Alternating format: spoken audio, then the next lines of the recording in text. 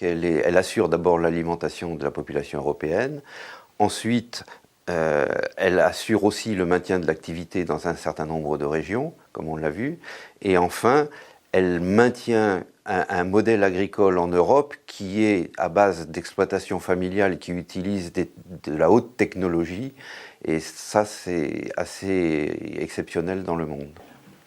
Est-ce que la PAC est un outil sociétal? Parce que la PAC a beaucoup contribué à la cohésion sociale des agriculteurs eux-mêmes et des agriculteurs au sein du reste de la société. Les revenus au niveau de la société sont pas toujours confortables et il faut donner une nourriture accessible à tous, y compris à ceux qui ont peu de moyens.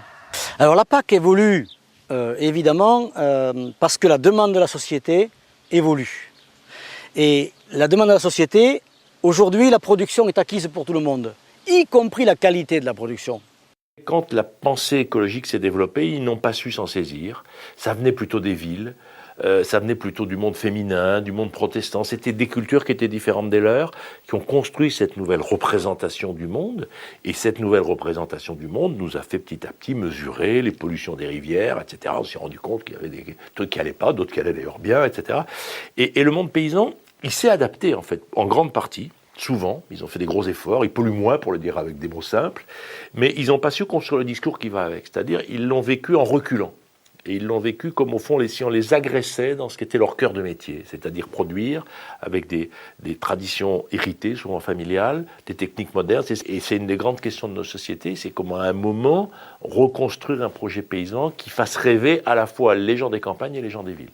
Toutes les entreprises qui transforment les canards gras dans notre région, du fait de l'IGP, se sont fixés dans la région et sont attachés là, et donc les producteurs qui vont avec ont des garanties de pérennité.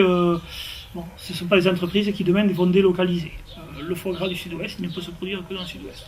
Donc de ce côté-là, les outils qui sont mis à notre disposition au niveau européen, on a su les utiliser. Et ça c'est bien. La PAC est un outil au service de la société en ce sens qu'elle répond à la nécessité d'alimentation, à la nécessité de protection de l'environnement, et donc elle est un élément majeur de l'avenir de la population européenne.